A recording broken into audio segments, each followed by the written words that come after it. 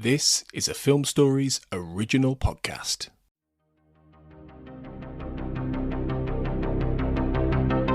This is Writers on Film, the only podcast dedicated to books on cinema.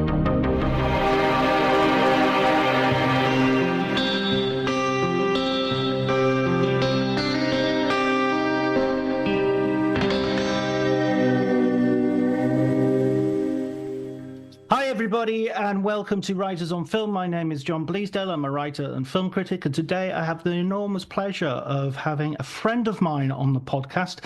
Tim Robey is a film critic for The Telegraph and has written an amazingly entertaining book, Box Office Poison: Hollywood's Story in a Century of Flops. Thank you so much for coming on the show, Tim. Thanks very much for having me. So we have talked about this actually in London during a BFI sponsored sort of Q&A, which was a really good conversation, and it feels like it's been a little bit of a warm up to our conversation today as well, which took part as part of the London Film Festival. One of the things I asked you there, and I think it's worth repeating right at the top of this conversation, is your definition of a flop, because there's a little bit of not controversy, but there's a little bit of fuzziness. For sure, yeah, you can define a flop in all sorts of ways. Some people would say any film that is released to kind of general ridicule could be considered a flop, if that means bad reviews, for example. And that's almost regardless of whatever the box office performance of the film is. But I needed to narrow down the subject. So I decided for the book I was going to choose films that really had lost a huge chunk of their production budget where possible. So a film that lost, 50% of its initial budget before you even add on marketing, advertising, and distribution costs and all those other things you have to add.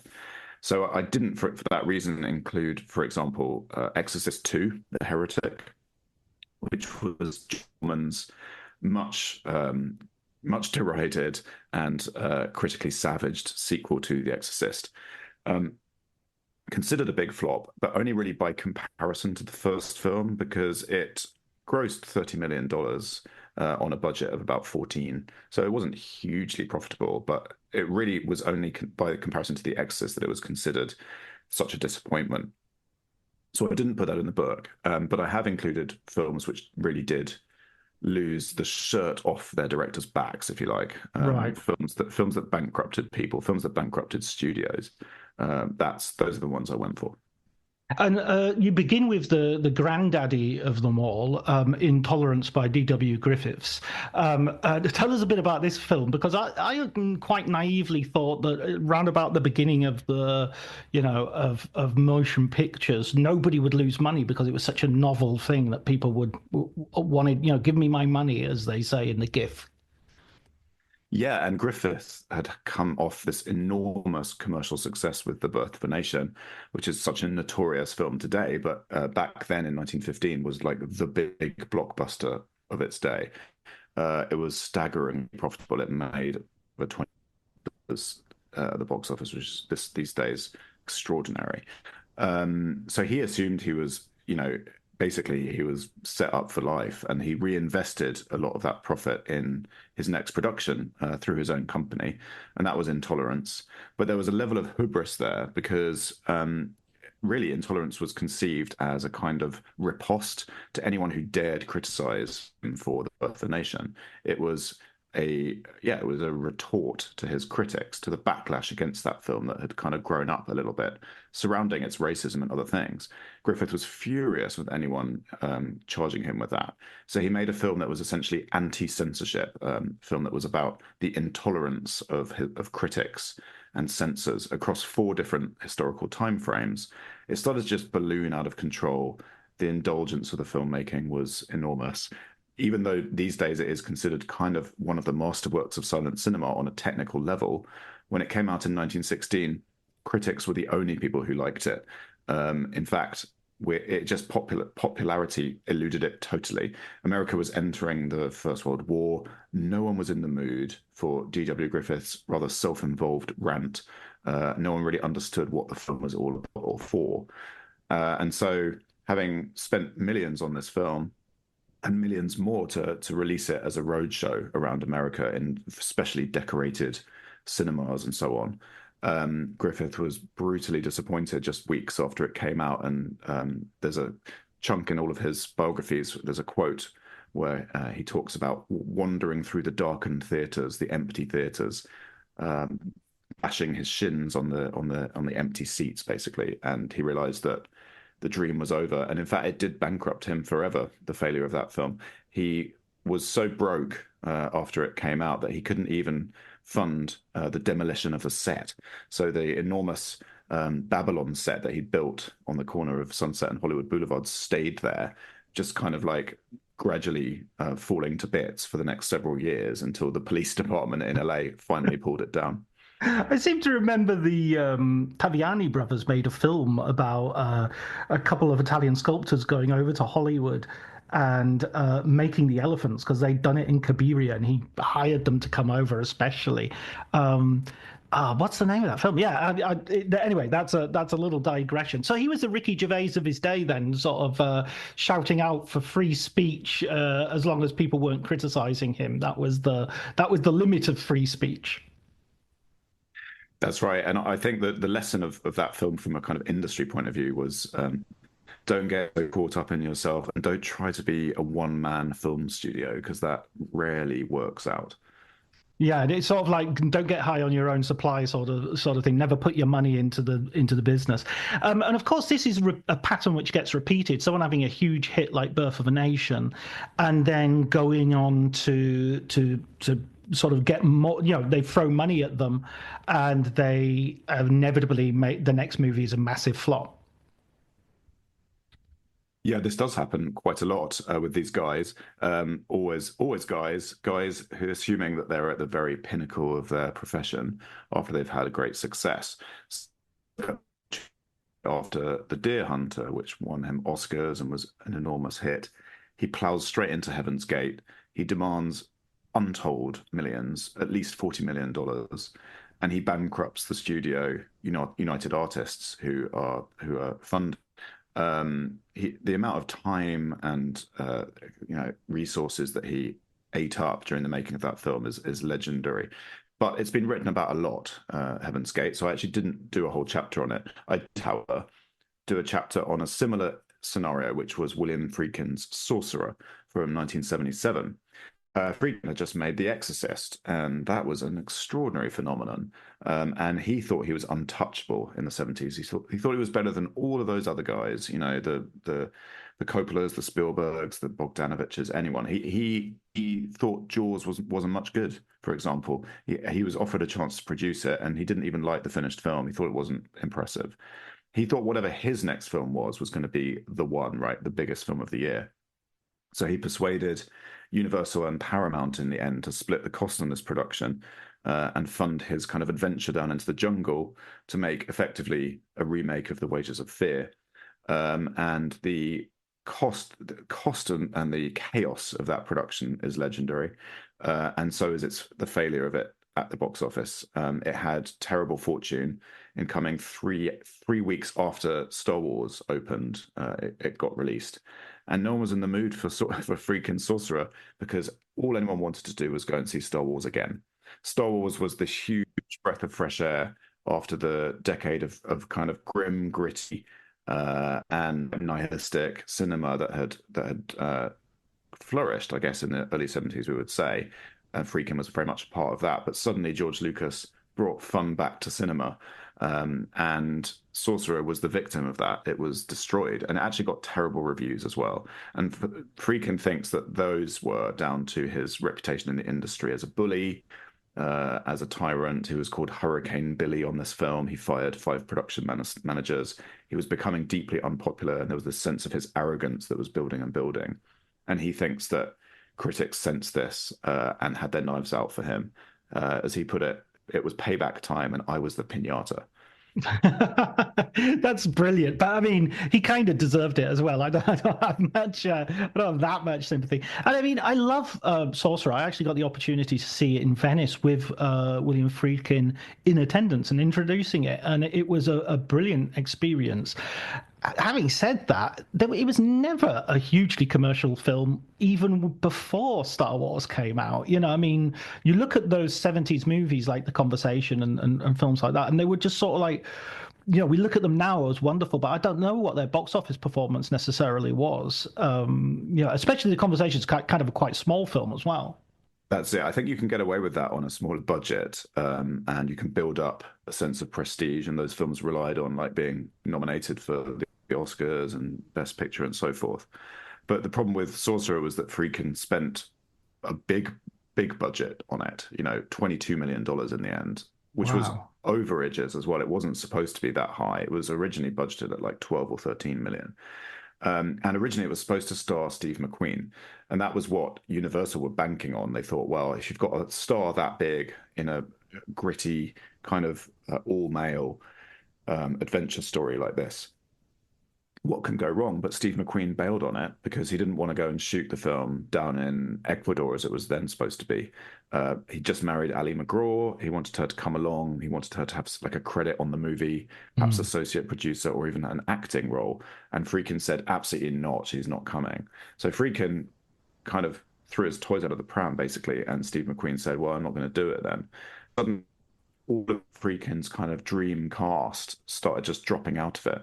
He didn't get any of them in the end, except for Amadou. Is the only of the four actors in the film. That's the only actor, the French Moroccan actor who's brilliant, who was his first choice. So with Roy Scheider, who's a much less big star than Steve McQueen, respected actor, obviously, it becomes much harder to market. And that's why Universal asked Paramount to come in and split the cost with them. They could see that the film was becoming wildly expensive. Friedkin says often that the writing was on the wall, that the production seemed doomed, and the chaos of it. He built for the famous scene in the film. He had to construct with his production designer John Box a bridge that cost $1 million over this raging river. They started to build it, and rainfall just stopped and the river dried up completely, and this bridge was a bridge over nothing. The sequence couldn't work that way, so the only way to rescue the film, and it needed this big sequence, it's the centerpiece of the film, was to transport the bridge piece by piece to another river in Mexico, which cost another $2 million. This is big money at the time.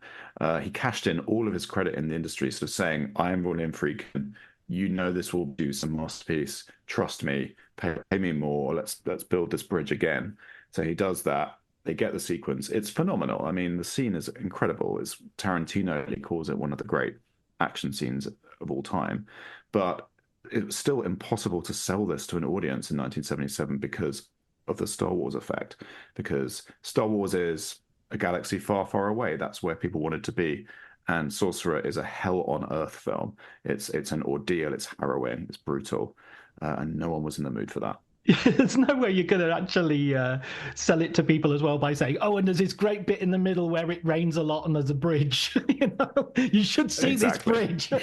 I mean, the other thing that I notice as a similarity between these two movies is as well that sort of Life and Limb. I mean, we're talking about flop in terms of commercially, but also Life and Limb was very much risked on both of these productions, right?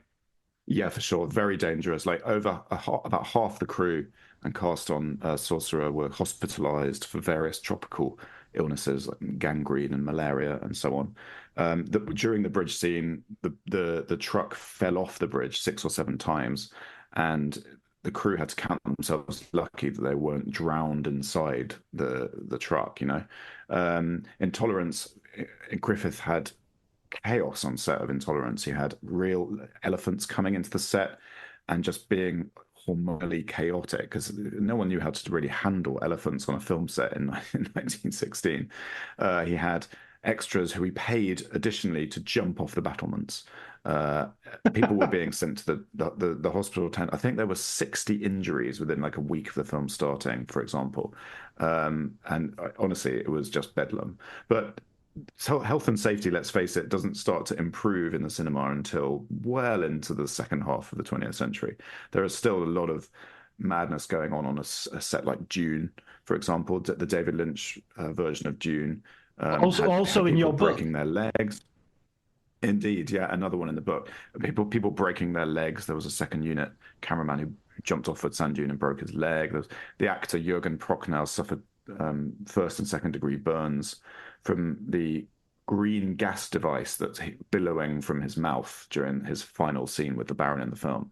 And that was only even after he was laid out on the same stretcher for that sequence, and a light bulb exploded above his head, and he had to roll off the stretcher. Otherwise, he'd been savaged by, shards of molten glass. So yeah, health and safety definitely is a kind of running thread through the book. Heaven's Gate, another one, and Heaven's Gate, a horrific set from the point of view of animal treatment as well, and abuse. And the American Humane Association stepped in really as a result of that film and started to monitor film shoots much more closely and insist on no animals being harmed as that disclaimer. Yeah, that's really fascinating. I've got the Taviani brothers film that I mentioned earlier is called Good Morning Babylon, and it's from 1987. Stars Greta Scacchi and Charles Dance as D.W. Griffith. So there you go. That's about the making of Intolerance. I wanted to ask you, what's your favorite film from the book? Because there's some of these films you're thinking, how the heck is that a flop? It's such an amazing piece of work. I've got my own favorite, I think, but I want to hear yours first. I've already talked a lot about Sorcerer. That is one of them for me. But right. I guess my pet favorite is probably George Miller's Pig in the City from 1998, the sequel to Babe. A film that more people, when I mention that being in the book, people are surprised that it was a flop than any other film, because people actually do think of that film as really quite something. I think it's incredible, but it's also a deeply perverse film. It's a sort of so tonally different from the first Babe, and it's a result of George Miller being quite kind of pissed off, really, that his own creative vision on the first Babe as a producer and writer was challenged by the director Chris Noonan, who wanted to make a much cuddlier film, more pastoral, more more cozy, and that none of those adjectives apply to George Miller really ever. He wanted to make it much darker, much more perilous and full of jeopardy. So we end up with Babe, Pig in the City, a film in which Farmer Hoggett falls down the well 3 minutes into the film and breaks pretty much every bone in his body in a deeply harrowing scene, which he was originally supposed to die in. That was the script said, right, we're going to kill off Farmer Hoggett in minute 3. So this is the George Miller approach to Babe, and you wind up with essentially a kind of Mad Max film with a talking pig. But I find it jaw-dropping and extremely interesting. And some of the set pieces in it are extraordinary. The loose use of slow motion, the scenes with Babe running around, basically these scrapyard dogs around the city canals and so on, are just extraordinary. Some of the highlights for me of George Miller's whole career. So I have a lot of time for Babe, Pig in the City. I remember paying to see it twice in 98 when I was an undergraduate, just bunking off and going to see Babe 2. And honestly, the pattern of that film, and the reason it was a flop, is that children found it traumatic and just wanted to get the hell out of it, running away screaming from the film. And that's what happened the first time George Miller showed it to the executives at Universal. He'd been making it in Australia, thousands of miles away from the oversight of the studio. They begged him, please show it to us and show it to our kids. We're going to have a huge screening. We can't wait. And he brings it over to do that. And the children flee. The children flee. The children are not happy. And then Universal go into kind of damage limitation mode. And there is definitely a phase of that film's post-production where all hands are on deck trying to make it normal, trying to make it... but there's only so much you can do with a film that is as dark and difficult and challenging as this is. So they tried their best, but yeah, they still couldn't claw it back. When the film came out, 2 of the most senior executives at Universal were fired because it lost so much money. Wow. And the thing is, with several of these films, I was sort of thinking to myself immediately as I was reading the chapters, I really hope there's a director's cut of this. I really hope I can see the original version that got cut down. I thought that about this. I thought that about Rollerball. I thought that about, I guess most famously, Magnificent Ambersons, the Orson Welles film. Yeah, that's the most tragic example where we all wish that we could see the Orson Welles cut, 137-minute cut that he originally assembled, um, before swanning off to Brazil to shoot this documentary for Nelson Rockefeller, at the exact moment where the film was being edited and then tested. And the timing again was awful for Magnificent Ambersons because Pearl Harbor had just happened. And Orson Welles had made this very elegiac film about the decline of industry in the Midwest and this stately family's kind of undoing. And suddenly the public mood was just, no, we're going to war and we need industry to work for us. Like, how is that film's message going to gel with the public mood? And RKO panicked because the test screenings were so bad. People found the film wildly melodramatic and heavy and overlong, and sort of oppressive. And RKO insisted that the editor, Robert Wise, cut it down, which is why it got hacked down to an 88-minute version with a newly shot happy ending, completely against Welles's wishes. But he was too far away to really, stick up for the film or intervene in the ways that he could have. And this haunted him forever. The fact that he essentially abandoned his child, if you like, and that the studio and Robert Wise cut it down to that shape. And we're left with two-thirds of a great film, I think, which is not nothing at all, but it's a bit like an incredible statue with kind of its legs missing. When you watch it, you can see the point at which the studio stepped in and said, we're not gonna let this film stretch over an hour and a half, honestly. And they still dumped it. They dumped it on the second half of a bill with a comedy vehicle starring Lupe Velez, and did not give it any support. So yeah, a brutal flop for Orson Welles, which he never really recovered from, honestly. And his friendship with Robert Wise ended there as the editor, who would then become a director and go on to direct films such as West Side Story and The Haunting. And The Sound of Music, yeah, absolutely. Right, yeah, absolutely. Looking at these other films, some of them are just,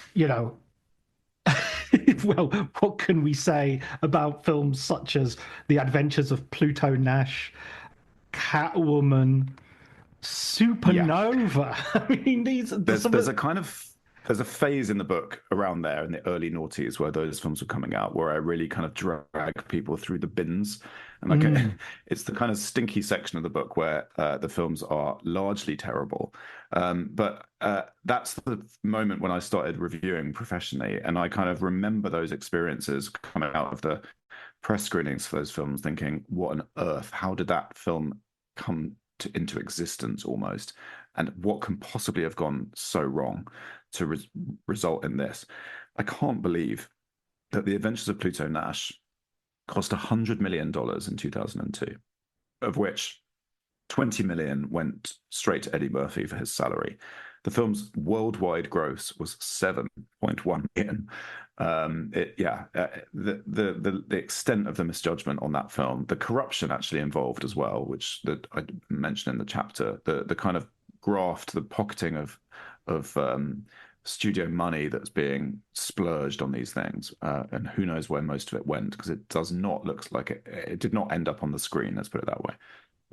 Yeah, I mean, that's a funny thing as well, isn't it? Because you see these figures and then you watch the movies and you go, well, where's the money? I don't see the money. I mean, another example of that kind of, actually, a sort of a different film and a counter example, maybe something like Cutthroat Island, where you do get quite a spectacular film, and they obviously have spent money on it, but the film itself is fairly formless, and it comes out at a little bit the wrong time because, as you point out in your chapter, Pirates of the Caribbean will come out and will show that pirate movies can make money.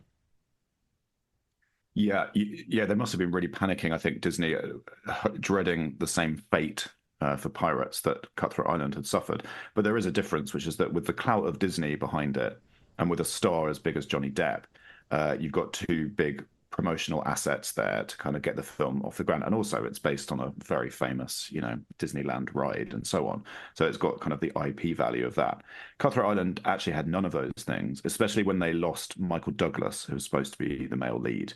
And he left the production only weeks before it was due to shoot because he didn't like the role that he'd been handed, really. He thought that Gina Davis's role kept getting better and bigger while his kept dwindling. So he jumped out on the film. And in many scenarios, that would cause a film just to be cancelled, right? It would never never kind of get in front of cameras. Look at what just happened with Joaquin Phoenix in the Todd Haynes movie, for example. They're not making it. But the company that made Cutthroat Island were in an extremely precarious position right then because they'd already borrowed $50 to $60 million from different international distributors to get the film off the ground and to fund the location shoots and start building the sets and all of that. And that money was gone essentially. And then Michael Douglas jumps out, so they have this film ready to pop, and they have to recast. And none of them A-list actors in Hollywood are interested in taking these kind of sloppy seconds, if you like, of this role. They try everyone. They try, everyone from Mel Gibson to Charlie Sheen to Kurt Russell. So many actors turn it down. Keanu Reeves, and then they wind up with Matthew Modine, who's just simply not enough of a box office draw. And then meanwhile, Rennie Harlin is just determined to pursue the film, pursue his vision, no matter how much it costs, and ends up spending a fortune on it. Doing some really impressive work on the stunt side of things, I must say. And I do like the physical aspects of that production. You can see that they built the movie, they shot the movie, they did all of these crazy stunts. Gina Davis nearly broke her back doing some of them. And it's quite impressive as a physical production. But because Carolco were already essentially bankrupt, they had no money in the coffers to promote the film when it came out. They declared bankruptcy a month before it came out. And then it just dribbled in cinemas, and no one even knew it was coming out. It did absolutely atrociously in its first week, died everywhere. And I think it's unfortunate. I think that's an unlucky case where I'm kind of sympathetic to the film because I quite enjoy it. We're screening it in a couple of weeks, actually, in Rye, which is the 13th century pirate capital of the UK. So I found a good spot to screen that one. Excellent. That's a brilliant. And you're going to do like a Q&A with it, or you're going to do Just a an little introduction? Just a little intro in Bright. Yeah, exactly. Yeah. Oh, brilliant. I mean, when we talked about Orson Welles earlier, there's a sense that this Magnificent Ambersons sort of scarred him, and it was a real stumble in his career, right? With his second film, so it sort of deflected him in a different direction. Not that he didn't make some amazing movies afterwards, obviously, but there are also the cases in your book where you feel that the flops had something of a salutary effect on the directors. I'm thinking of a film such as, we've already mentioned Dune, which, although it had a terrible effect at the time on David Lynch, it also sort of keyed him up to go back to being David Lynch. And the other one that I was thinking in particular was also the Hudsucker Proxy, which without the Hudsucker Proxy, if the Hudsucker Proxy was a huge success, it's debatable whether you would have got Fargo, for instance. That's kind of my theory, yeah. Obviously, a lot of people have a lot of affection for the Hudsucker Proxy now, but it was commercially really bad. It did so badly in America. It made about $2.5 million on a budget of at least 25 and possibly as much as 40 million. It was a really damning failure, and they'd already also just come off two other not profitable films. Miller's Crossing and Barton Fink had not really made money.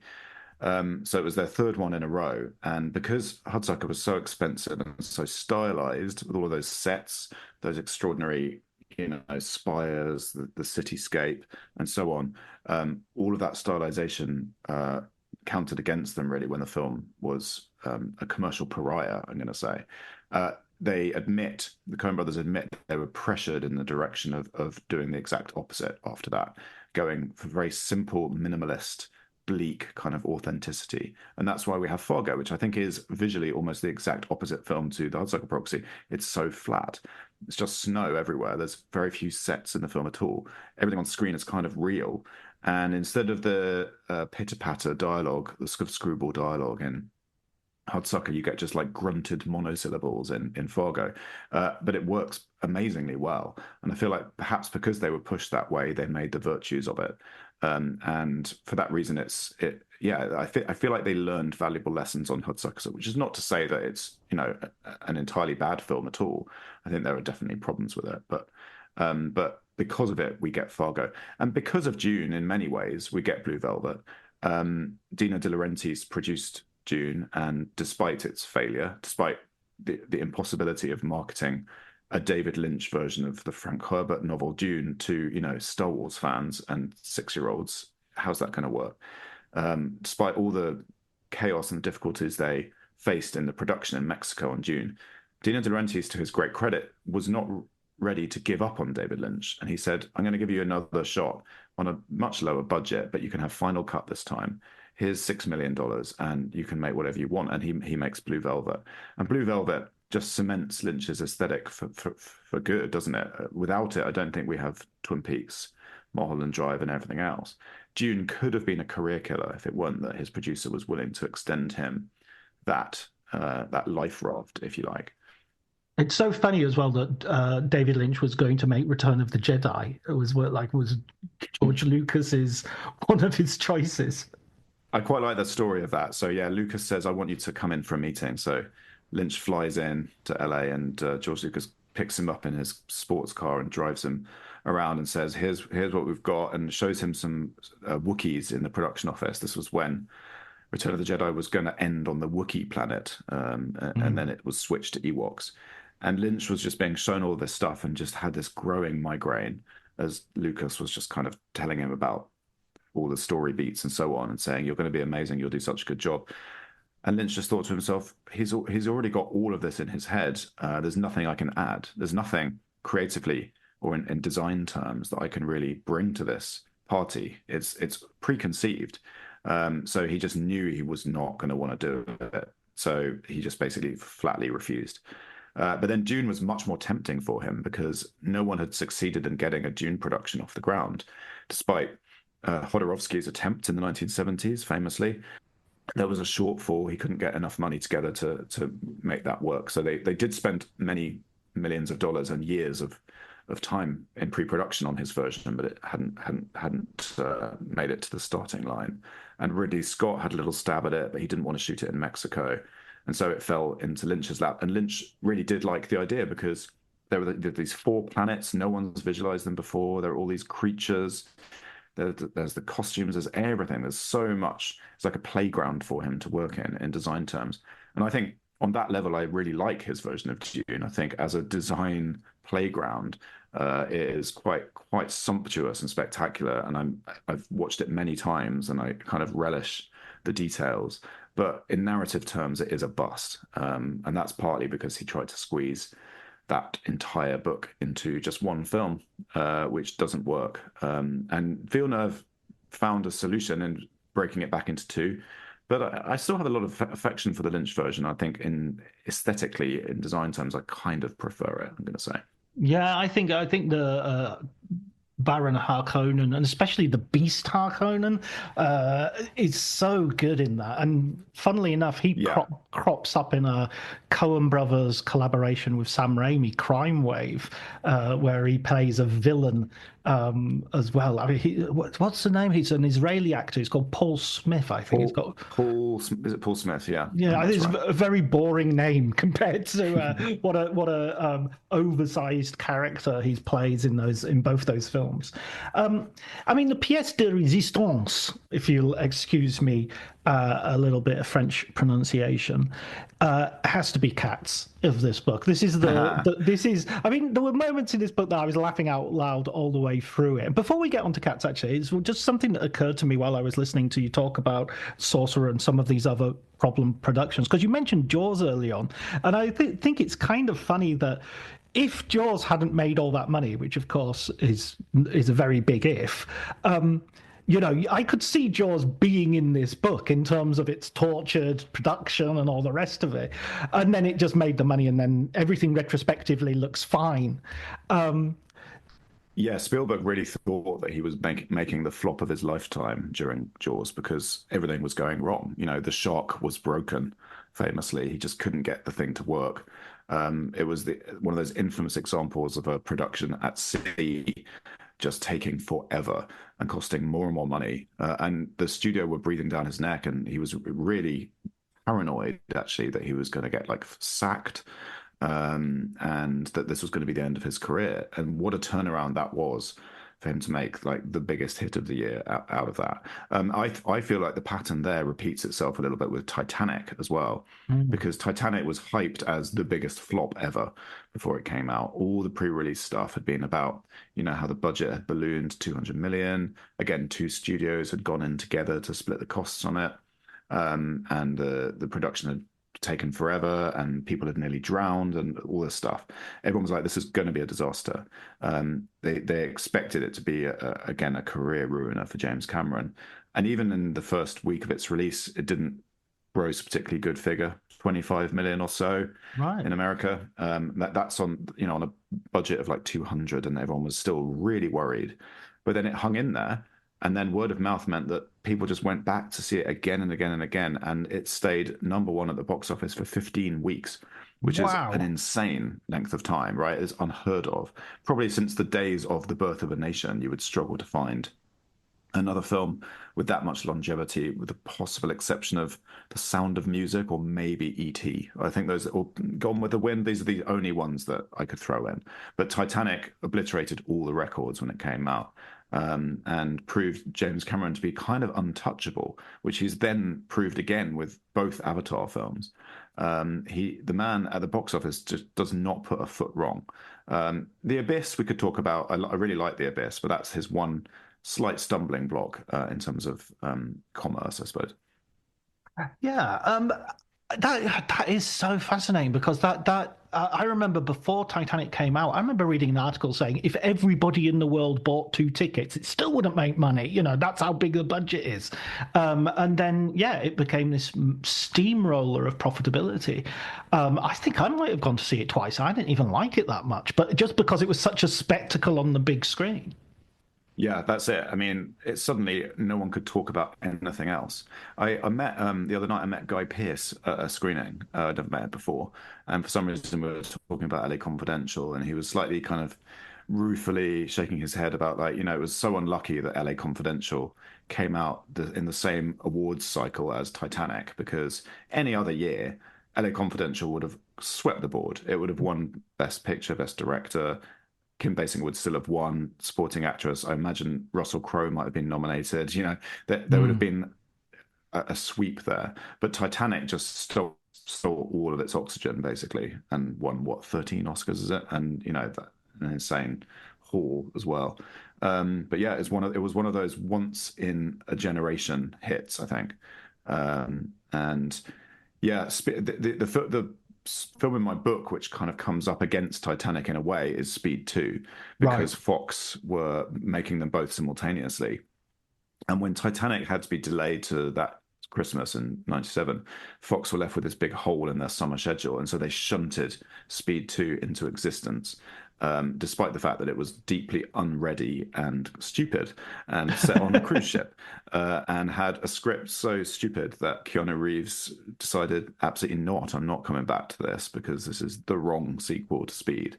I'm not exactly sure what the right sequel to Speed would have been, because really, if you analyze the plot of Speed, how do you write a coherent sequel to it? It just doesn't really work. I mean, Die Hard, you just put Bruce Willis in another scrape again, right? You move him to an Mm. airport or whatever. But with Speed, you've got a bomb on the bus, and like, how do we repeat that? It's just very difficult to see how they could have done it. But Keanu saw the iceberg looming, if you like, and he did not agree to do it, and so they had to recast, and they brought in Jason Patric. Sandra Bullock did agree to do it, but mainly because she wanted Fox to fund her next film, Hope Floats.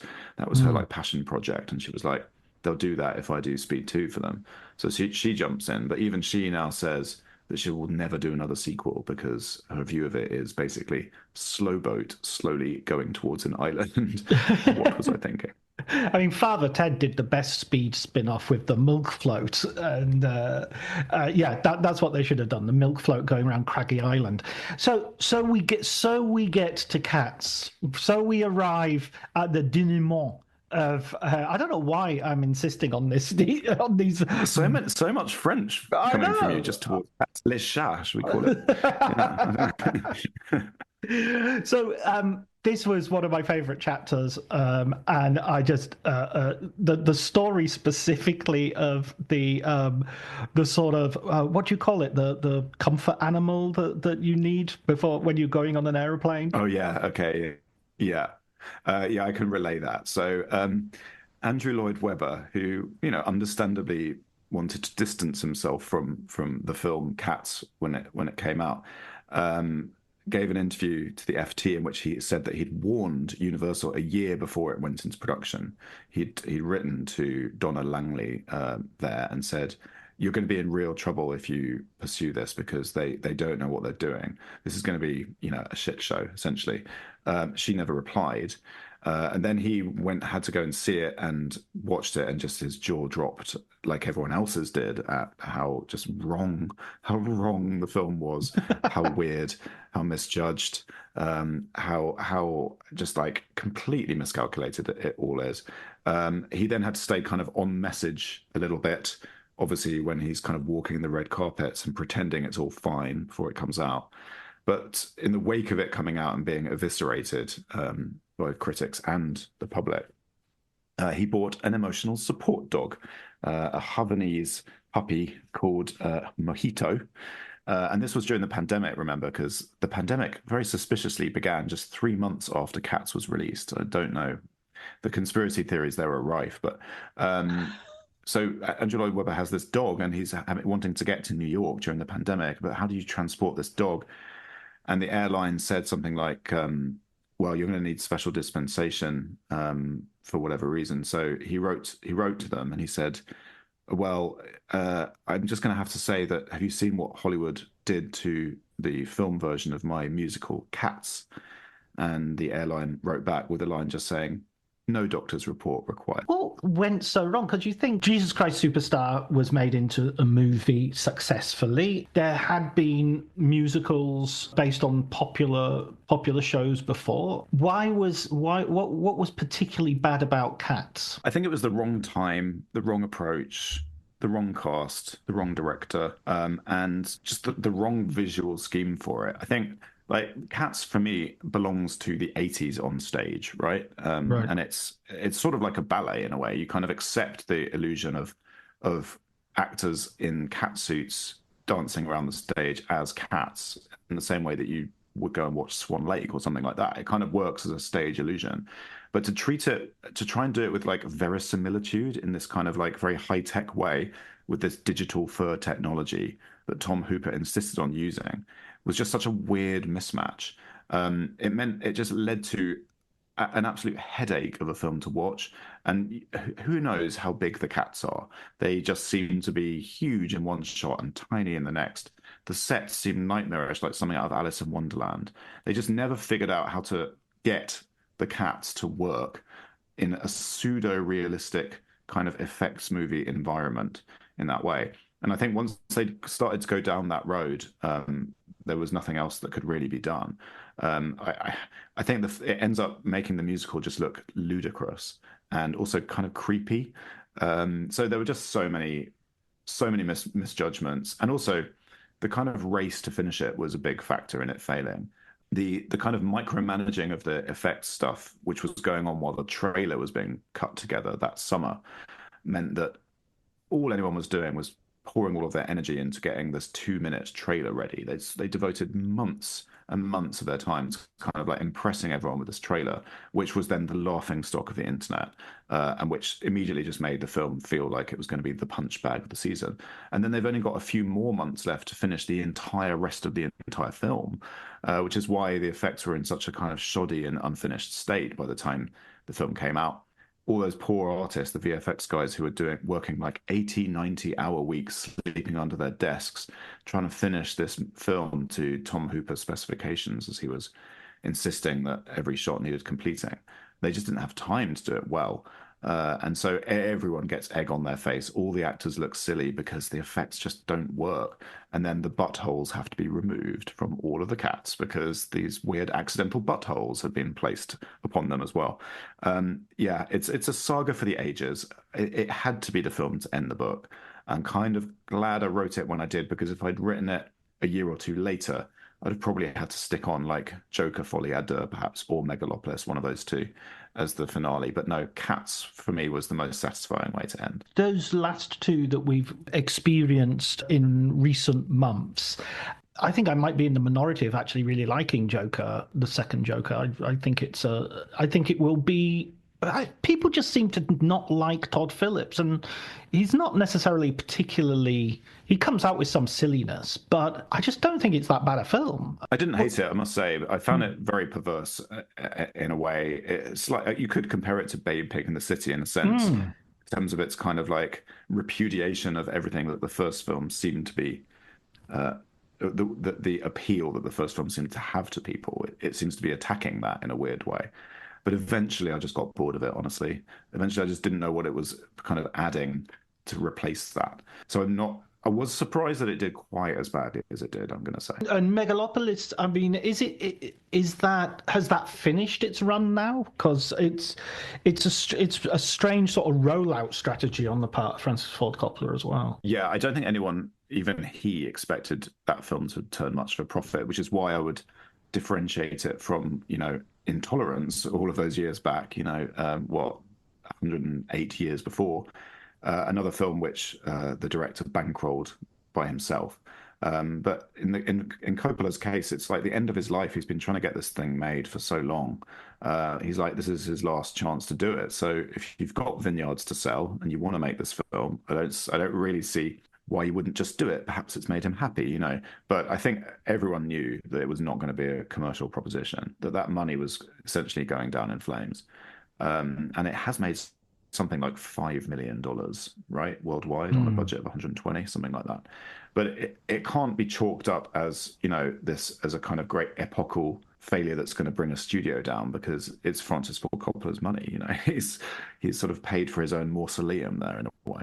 Do you think there's any chance that film will get a sort of reevaluation years down the line, or is it? I mean, it feels like it when it came out, it was very wrapped up with the story of production and the various sort of back and forth that was going on there. Everyone was reviewing the budget, reviewing the production, which is kind of a common theme with a lot of the flops in my book as well. That starts to happen from like the 60s, 70s onwards. When people get wind of like a runaway production, you start to read feature after feature just sort of talking about all the expense. And I think that everyone was very focused on that. And people haven't particularly engaged with, the ideas in Megalopolis, but they are so kind of far-flung and so highfalutin in many ways. I feel as though they need translating. I feel like people just, because the film isn't well constructed enough to kind of rhetorically deliver those ideas in a coherent way, people have just dodged the challenge of engaging with it at all, except for a few, hardcore fans who have kind of gone in on it deep. But I just can't see that reevaluation happening, honestly, with that one. I think it's happened much more with Sorcerer, because Sorcerer was very difficult to see for about 20 years after it came out. It just was, it was deleted, essentially. It was one of those films that just kind of vanished. I don't ever remember seeing it on VHS. Maybe I'm wrong. Maybe it did exist in some form. But only now that it's been restored and there's this new Blu-ray and stuff and it's starting to get screened more, are people finally watching it and kind of going, oh, wow, this is actually one of Friedkin's great achievements, if not his greatest, which is what he thought it was. He said it was the one film he'd ever made where he wouldn't touch a frame, despite all of the agony of making it and the many kind of difficult parts of the shoot they had to do over and over and over again. He was supremely happy with the film when it came out, which is why it was such a shock to him when he opened the LA Times on the morning of its release to read his favorite critic, basically, Charles Champlin, saying, what went wrong? He was astonished. And I feel like only now do we disagree, or does the disagreement with that verdict have real power. People now think, yeah, it's one of his great films. I don't know. I think with my Emersonian mind, I will lay it open to Megalopolis at some point being being re-evaluated, but I don't know. So a final question, Tim. I want to ask if you have a film book recommendation for our listeners, something that you would like to recommend that maybe no pressure. Other than your own book, John, about Terrence Malick that is coming out very soon. I don't know if I'm allowed to talk about that. Oh yeah, absolutely. Well, that's clearly going to be a big deal next year. John's full-length study of the life and work of Terrence Malick, The Magic Hours, which I have read and which is excellent. There's one other book that springs to mind, though, which is the reason that I didn't include a chapter on The Bonfire of the Vanities, Brian De Palma's adaptation of the Tom Wolfe novel. And that's because there's an amazing book about that production going awry, which is called The Devil's Candy, written by Julie Salomon. She was a Washington Post journalist who was invited on set throughout that shoot to oversee everything going from the casting through to the shooting of the film, when everyone thought this was going to be a big awards movie and sort of like perhaps the film of the year. She was sort of embedded on set, and then everything started going wrong from casting on down. And she was fully aware of it. She had kind of like ringside seats for all of it. And to his great credit, Brian De Palma just said, just write what you see. Just write it how it plays out. Just tell the truth, essentially. So she wrote one of the great accounts of a flop, The Devil's Candy. I couldn't have done a chapter on the film, honestly, because it would have just been a précis of her book.